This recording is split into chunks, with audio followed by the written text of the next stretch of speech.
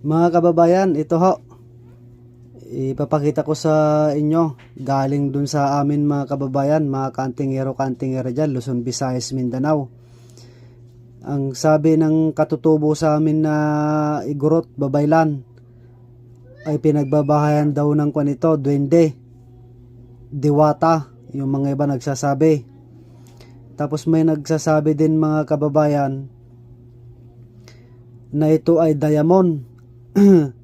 Dumikit daw doon sa bato, diamond. Pero ito po, napakalaki po ito na bato.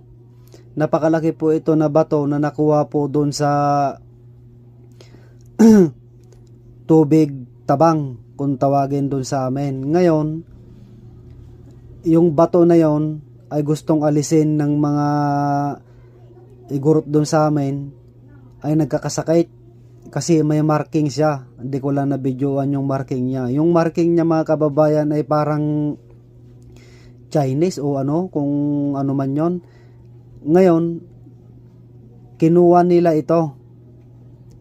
Binahagi sa akin. Dalawa po ito mga kababayan. Yung isa po, kukunin ko po yung isa.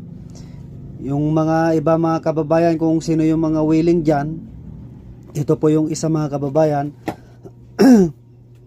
Ito po yung isa. Ito naman po yung isa. Dalawa po mga kababayan. Kukunin ko po ito. Kukunin ko po ito mga kababayan. Tapos ito kung sino po yung willing dyan. Napakaganda mga kaantingero. Hindi ko pa nasubukan ito kung anong kakayahan niya. At hindi ko po din na try kung ano po ang ibig sabihin po ito. Hindi ko po din pakita sa mga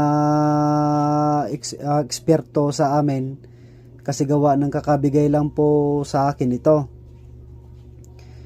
Kung napapansin nyo mga kaantingero ay kumikinang, hindi po yung nakukuha po dun sa bato na kumikinang na may gold, hindi po, iba po ito mga kababayan. Kung nakikita nyo lang po ito ay napakainam po ito. Napakaganda mga kaantingera oh. Kung napapansin nyo po oh. Ayan po yung style nya. Ito po yung dalawa. Ayan po. Kung napapansin nyo mga kababayan, dalawa po ito. Ito po yung kukunin ko. Tapos ito po yung ipapamahagi ko kung sino po yung mga willing dyan. Ito po. Salamat po mga kababayan sa panonood.